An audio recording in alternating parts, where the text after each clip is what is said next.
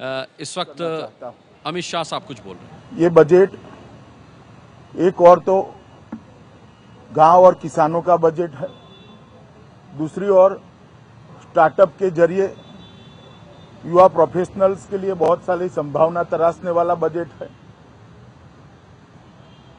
Income tax में रियायत के द्वारा मध्यम वर्ग को बहुत बड़ा फायदा दिलाने वाला बजट है। हाउसिंग के अंदर जो रियायतें दी गई हैं, इससे अपने घर का सपना काफी मध्यम वर्ग और निम्न मध्यम वर्ग के लोगों का समाप्त पूरा हो सकेगा। और सबसे बड़ी बात, 2014 में हमने जो कहा था कि हम राजनीति के अंदर से काले धन के दुष्प्रभाव को नेस्त नाबूद करेंगे, ट्रांसपेरेंसी लाएंगे, पारदर्शिता लाएंगे। उस वादे को आज प्रधानमंत्री जी ने देश की जनता के सामने एक नई योजना रखकर पूरा किया है।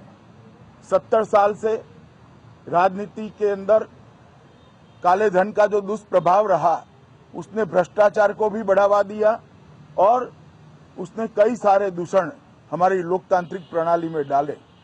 आज राजनीतिक दलों की चंदा लेने की जो कैश में चंदा लेने की सीमा थी, उसको 20,000 से घटाकर 2,000 कर भारतीय जनता पार्टी के प्रधानमंत्री जी ने एक नए युग की शुरुआत की है। इसके लिए मैं उनको बहुत बहुत बधाई देना चाहता हूं। दूसरी ओर किसानों के लिए ऋण देने का जो कुल अमाउंट था, उसमें खासी बढ़ोतरी कर 10 लाख करोड़ तक एक्सपांड किया है। मैं मानता हूं कि किसानों की आय दुगनी करने के लिए ये सबसे बड़ा महत्वपूर्ण कदम है। और प्रधानमंत्री फसल बीमा योजना की भी प्रावधान को लगभग दुगना कर प्रधानमंत्री फसल बीमा योजना के लाभार्थियों की संख्या में दुगना विस्तार करने का लक्ष्य सरकार ने रखा है। और बहुत सारी योजनाएं, ई मंडी का व्याप बढ़ाना और किसानों को अपनी फसल का उचित दाम मिल पाए, इसके लिए एक अच्छे प्लेटफॉर्म देने की बात भी प्रधानमंत्री जी ने अप्रूव की है। वित्त मंत्री जी की घोषणाओं में जो इरिगेशन के लिए नाबार्ड के तहत एक राशि रहती थी, उसके अंदर भी लगभग 50% का इजाफा कर माइक्रो इरिगेशन को भी बढ़ावा देने का काम किया है। मुद्रा योजना जो देश के आकांक्षी युवाओं के लिए, बेरोजगार युवाओं के लिए स्वरोजगार का एक माध्यम बनी है। मुद्रा योजना का बजट को भी इस साल में 2.44 लाख करोड़ रुपया, 2.44 लाख करोड़ कर स्वरोजगारी के माध्यम से रोजगार प्राप्त करने वाले आकांक्षी युवाओं के लिए एक महत्वपूर्ण काम किया है। प्रधानमंत्री आवास योजना के लिए भी बहुत सारी राशि को उपलब्ध कराया गया है।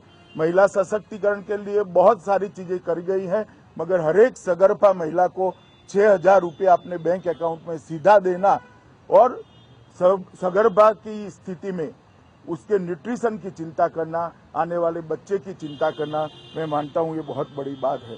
झारखंड और एम्स गुजरात को 2 नए एम्स देकर एम्स का दायरा विस्तृत करने का काम किया है। स्वास्थ्य के क्षेत्र में भी बहुत सारी योजनाओं को आगे लेकर वित्त मंत्री जी आए हैं। रक्षा बजट को बढ़ाकर मैं पेंशन और बाकी चीजों का जो बोझ होता है उसको बाद कर कह रहा हूं। 2,74,000 करोड़ का रक्षा बजट एक नया सीमा चिन्ह बताने वाला है। मित्रों, मनरेगा के माध्यम से देश के गरीब को जो रोजगारी की सुरक्षा मिलती है, उसको भी उसका दायरा बढ़ा दिया और इस बजट के अंदर उसको 48,000 करोड़ तक, 48,000 करोड़ तक लिया है। और उसमें 10 लाख नए तालाबों का निर्माण देश के जमीन के अंदर जो पानी का स्तर है, जल स्तर को ऊपर उठाने के लिए एक बहुत बड़ा काम करेगा।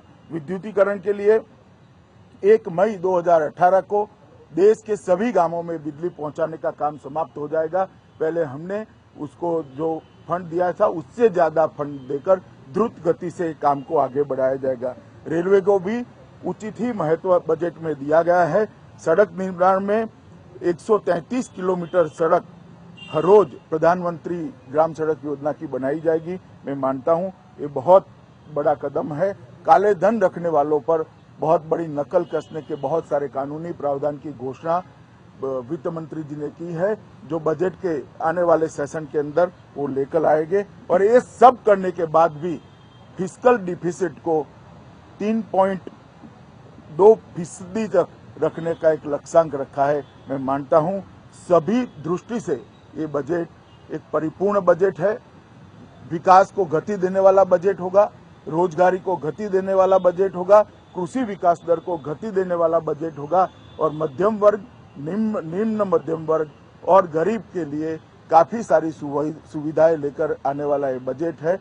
मैं फिर से एक बार प्रधानमंत्री जी और वित्त मंत्री जी को हृदय से और देश के जनता की ओर से और भारतीय जनता पार्टी के करोड़ों कार्यकर्ता की ओर से बहुत बहुत धन्यवाद देता हूं, उनका अभिनंदन करता हूं। धन्यवाद। तो साफ तौर पर अमित शाह ने बताया कि ये आम आदमी का बजट है, यही ऐसा बजट है जो चाहिए था इस वक्त इस देश को।